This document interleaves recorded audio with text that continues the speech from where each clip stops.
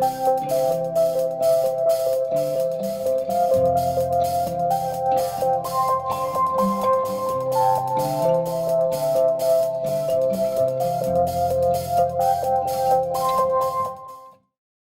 morning, CAC. Welcome to chapel today. I am standing in the costume room of the drama department. Maybe some of you have been in this room or spent some time putting together costumes or helping with makeup or been in a play yourself with the drama department.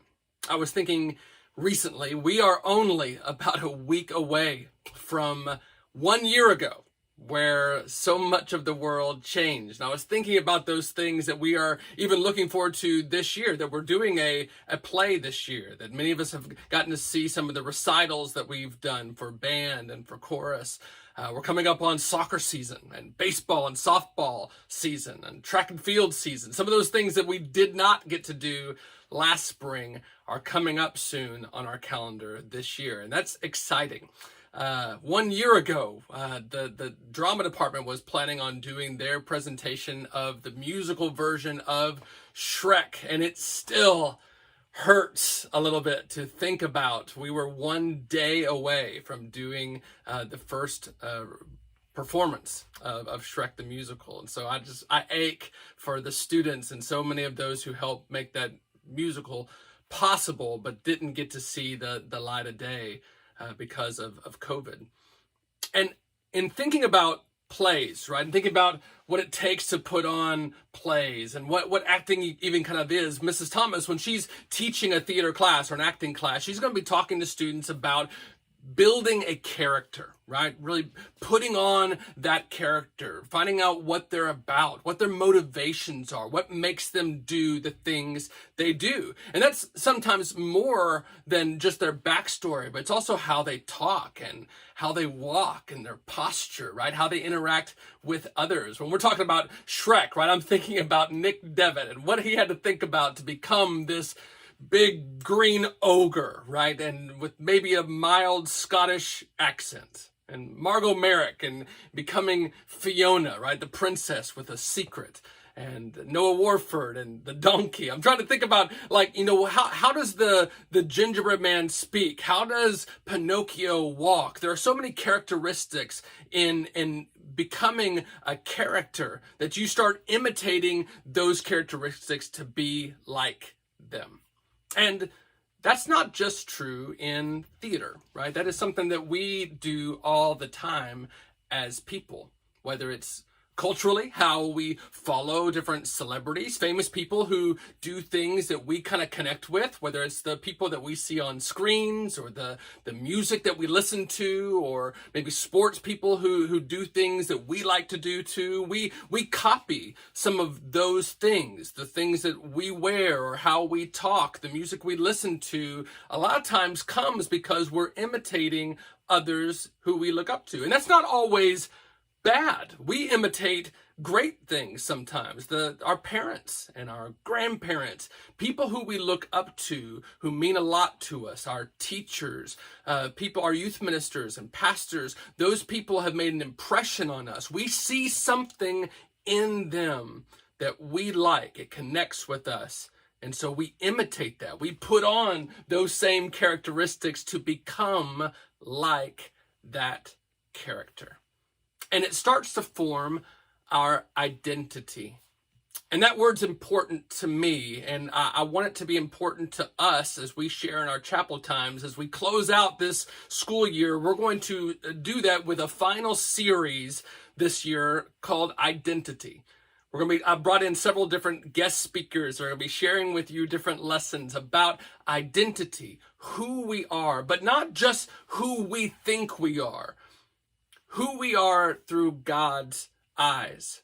If you open up the Bible, if you listen to the words of Jesus, there's going to be a lot of time spent on the message of God trying to share who you are, who he says that you are. The person who created you and made all of mankind has a message and constantly wants to be telling you this is who you are.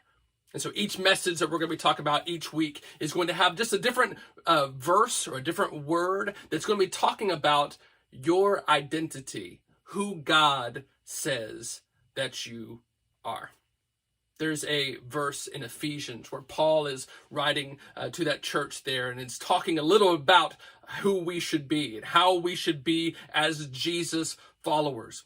In fact, in verse 1 of chapter 5, he says, you are to be imitators of God as beloved children who walk in his love. In fact, the verse right before that in chapter 4, the final verse of chapter 4 says, be kind to one another, be compassionate and forgiving each other, just as God through Christ forgives you. Therefore, just like that, just because of those things, those attributes you hear, be imitators of God as beloved children, walk in love. And I think that tells us two things about our identity. One is we can get a lot out of our identity by who we imitate.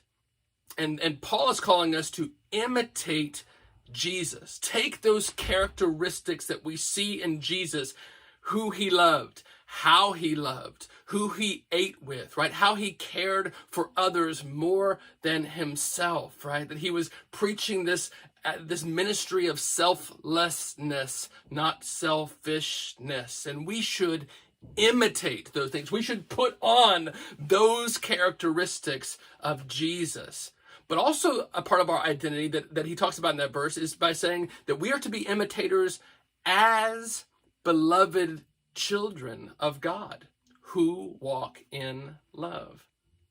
That because we are God's children, that we should see, as we do a parent, those attributes that trust that he is leading us in the right way. We just finished a series talking about Proverbs where we were listening to wise words, right? Words of wisdom, as if a parent talking to a child saying, do these things and you'll have the good life.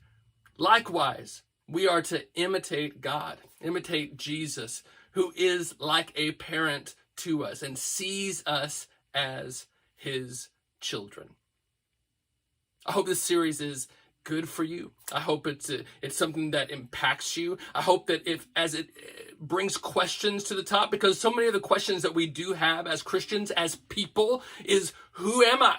Where do I get my identity? Who am I becoming? And we're putting on those things. We're trying on new costumes almost. We're figuring out, who are we going to imitate? Which of those things is me, the me that I want to be? And God's helping us on that journey by saying, I want you to imitate Jesus. Try this on for size. Use these words of wisdom I've told you. See what it's like when you treat someone else better than yourself. See what it's like when you give instead of get. And trust me and see if that's not a better way to live. Trust me because I love you like I love my own child. Because you are the children that I love, beloved children who walk in love. Have a great day today. Enjoy this series on identity, and peace. Good morning, team. Feel like I've got an emotional hangover last night from all of the athletic events and the craziness and the ups and downs from yesterday. But let me start here. You guys did an awesome job with Mustang Missions last week. We raised $764 for Caps for Kids. That's awesome. Of course, that's awesome. I really, really appreciate that and all your support with that. So that's a great start. Second thing, guys, it's spring. It's 71 outside. How awesome is that? We're nearly through this week. You guys are doing awesome. Last night, or yesterday as a whole, we had girls state wrestling. We had Hannah Kyan, Hannah Burton, Avon Burton, Livian Burton, all competing. They did an awesome job. It was unbelievable to watch. It's so unbelievable. Wrestling is a sport that, just props. Absolute props to all who partook in that. They were fantastic, did a great job, and they've had a wonderful season. So congrats, girls. Boys wrestling, or boys state wrestling, is today and tomorrow, so we wish the boys good luck for that. We have track today. We have a track meet with Coach Morse. Can't remember where that is, but there you go. I can look it up, but I'm not going to. Track meet today. Also basketball last night. The boys won in their regional tournament game against Jeffreyville, 60-59 in a nail biter. A clutch free throw at the end, and a great result. And the boys will play again on Friday at 4:30. On the girls' side, unfortunately, the girls' season ended last night in basketball. But I do want to recognize this, and it's sad, of course, and super sad for the seniors, but let's just take a moment and some perspective. The senior class, their overall record in basketball over these 4 years was 104 wins and 17 losses. Yeah, and a state championship in there too. That's a good run, seniors. And I know it's hurting right now, but we're proud of you. And on top of all that, we're proud of the way you carry yourself and represent our school. So thank you for that. Trying to think of any other announcements I have today. Basketball, wrestling, baseball opens their season today, I believe, 4:30 at Burns Park. You picked a great day for it, Coach Smith. So we're excited for baseball to get started today. It's Thursday. It's nearly the weekend. You guys, I just want you to have a wonderful day, and I'm grateful for you guys today. Go Mustangs.